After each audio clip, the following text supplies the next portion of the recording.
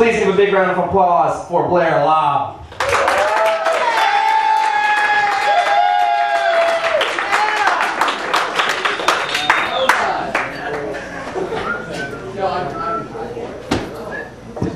John's a liar. It's not going to be funny. Then we had a guy and this guy. That's how it works. I hate when sex gets awkward. You ever had that moment where like you're with a chick, it's all cool, it's all passionate, it gets real fucking awkward? Like you're at a party, she's going down on you, and she's like warming before you come, and you're like, alright, fair enough. You're about there, and about the time you're about to come, somebody knocks on the door.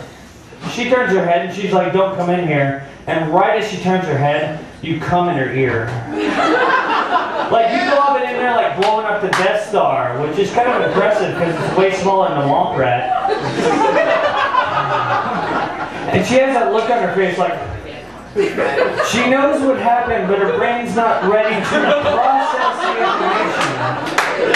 And yeah, all of a sudden you're the asshole. You're trying to apologize, you're trying to be cool. You get her some water, maybe some Q-tips. You're trying to apologize, but she's just not hearing it. It's always awkward also, like when you're going with a chick and she's maybe a little bit freaky, kind of like you are, and she's like, I want you to fuck me in the ass as hard as you want to. Okay, I'm down for that. So you're doing it, you're going at it, and then all of a sudden she screams, come in my ass. So you thrust as hard as you can, and she shoots off your dick like a Nerf dart, hits the wall, rolls into the corner, holding her ass and crying. And you have that epicenter, that fucking... it's like you just want to laugh, but you can't. You can't laugh at that point, or you're the asshole. It's like you asked for it.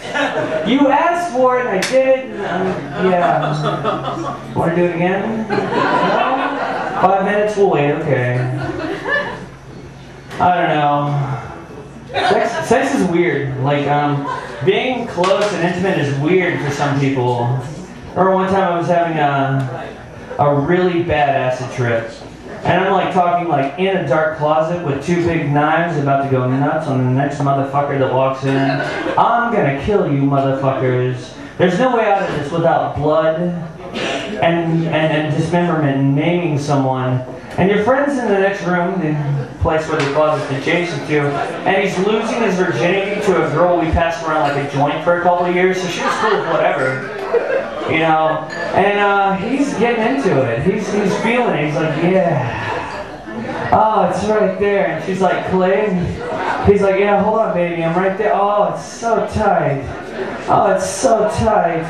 And basically you hear her say, Clay, that's my belly button. And instantly I came out of the bad trip. I dropped the knives. I kept laughing my ass off for the last 10 years about this.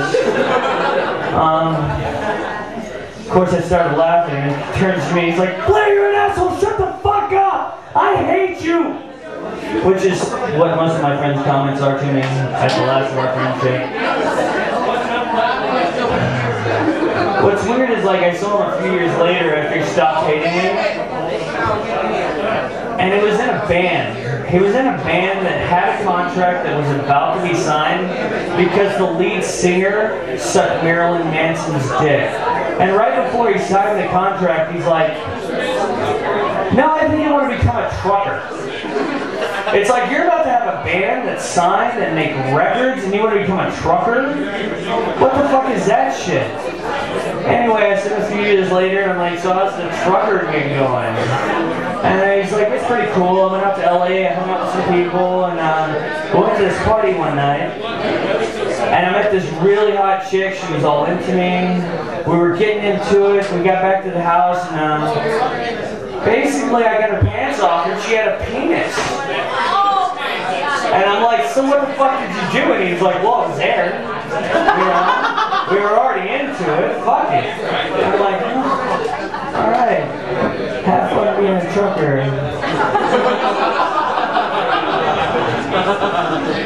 I don't know, I didn't really plan shit tonight, so if I turn out to not be funny, there's a lot of other funny people after me. Don't leave on my account. I talked to my grandmother before I got up here, and I was like, hey, I'm going to do stand-up. And she's like, oh, good. Be like that Seinfeld guy. He's really clean, he's not dirty, and doesn't use fuck words. And I'm like, fuck that. I like the fuck. I don't know. It's really weird, like, getting up on stage. It's really kind of cool because the lights are here, so I can't see y'all hating it. And I mean, I've got like an escape route. I can just jump right the fuck out this window. I'm not really worried about it. I had this ex-girlfriend, I used to like young chicks. My motto was, there's nothing like sexier that adds to the anticipation more than that long, slow drive at 20 miles an hour to pick up your date from high school. I mean, it's cool. You have a car, you can wow her with bullshit. I'm putting you in my rocket ship, we're flying to the moon, let me help you with my homework. Not my homework, her homework. Shit. I wasn't still there. Anyway, like, so we're dating, and it's all cool, but she was like one of those really touchy-feely kind of girls, and I would call her from work on my first break and be like, hey, what's up? Do I need to pick up anything before the store? And she'd be like, no, everything's perfect. Everything's perfect. I have everything I need with you. And it's like, wow, that's creepy and cool. And then she'd be like, I love you. I love you too, baby, which is not something I say often. And then she'd be like, I miss you. And it's like, I've been gone 2 hours, but I miss you too. And there'd be a long pause, and she'd be like, I love you. It's like, didn't we just cover this?